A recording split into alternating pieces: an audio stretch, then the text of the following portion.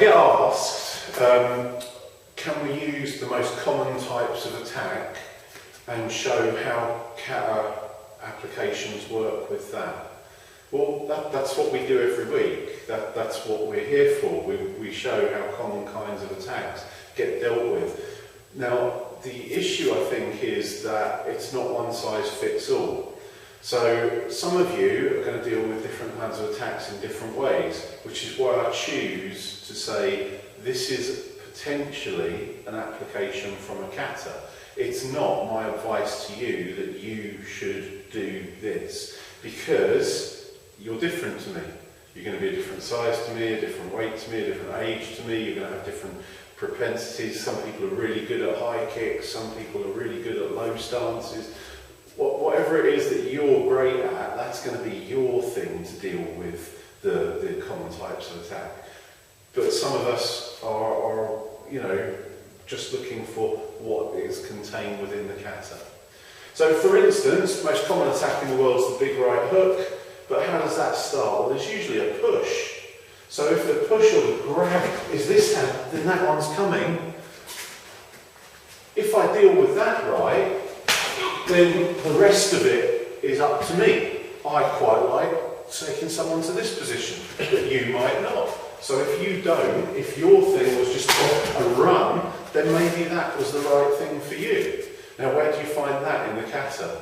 Well, actually, 1, 2, this just looks like the start of Gidan Barai, doesn't it? So that could be your application to Gidan Barai. Now, if you were into here instead, you might say that looked like the start of Niju Shiho, because the number of ways that you can deal with this straight, that's up to you. They're limitless. What about if the hand actually lands and I didn't get to take it off? Well, then I might clamp it to me and spin, in which case I've started the move from Teki Shodan. Maybe the hand lands, I didn't get to do the spin, and the big hook's coming, in which case I've stepped out like this.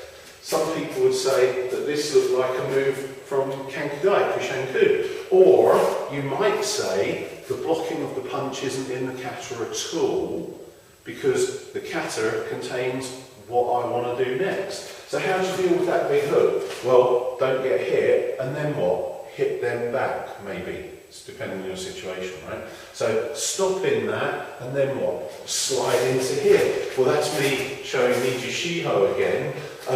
If that was what you saw, maybe you didn't do that. Maybe you went round here and worked this way instead. Or maybe that big hook came in, you turned that over and went to here instead. Because they're limitless ways, aren't they? Limitless ways of dealing with it. What about if he's got you in a bear hug? That's a common type of attack, probably so that his mate can give you a punch in or he can drag you down an alley or something. Well, if I choose to get out of that by stamping on his foot, kicking upwards, that might be what you see in the self-defense books. I might prefer to just deal with it like this, which could be just the start of Jion Kata. But that's what I see. It might be that you do something else.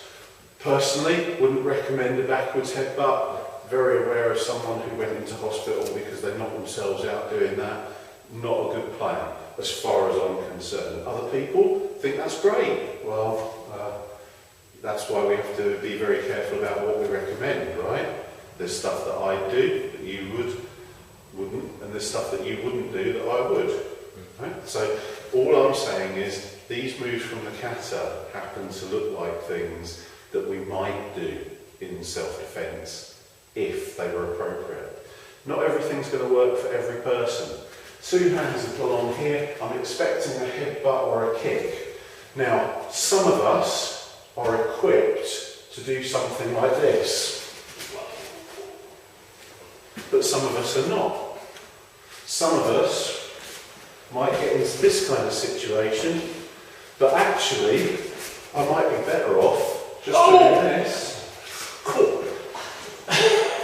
If I've got the ability to do that. Sure, I wasn't expecting that. Well, quite. And that's kind of a point, isn't it? That guy doesn't expect for what you would do.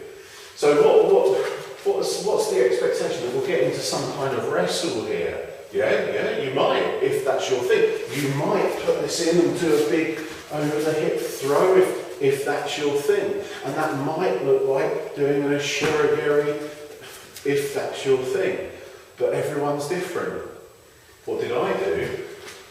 Well, I started mucking about with his elbows, trying to show these kind of positions from your sekai. And then I got fed up with that, and so I gripped. But when I gripped, if you just remove that hand for me, when I gripped, I didn't grip all the way around his wrist.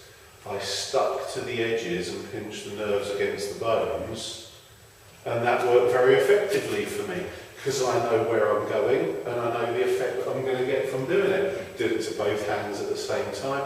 That would then leave me open to sweeping the ankle, raising the knee, grabbing the head. Oh, that happens to look like moves from Teki Nidan or No Hanshi Nidan, if that's what you see.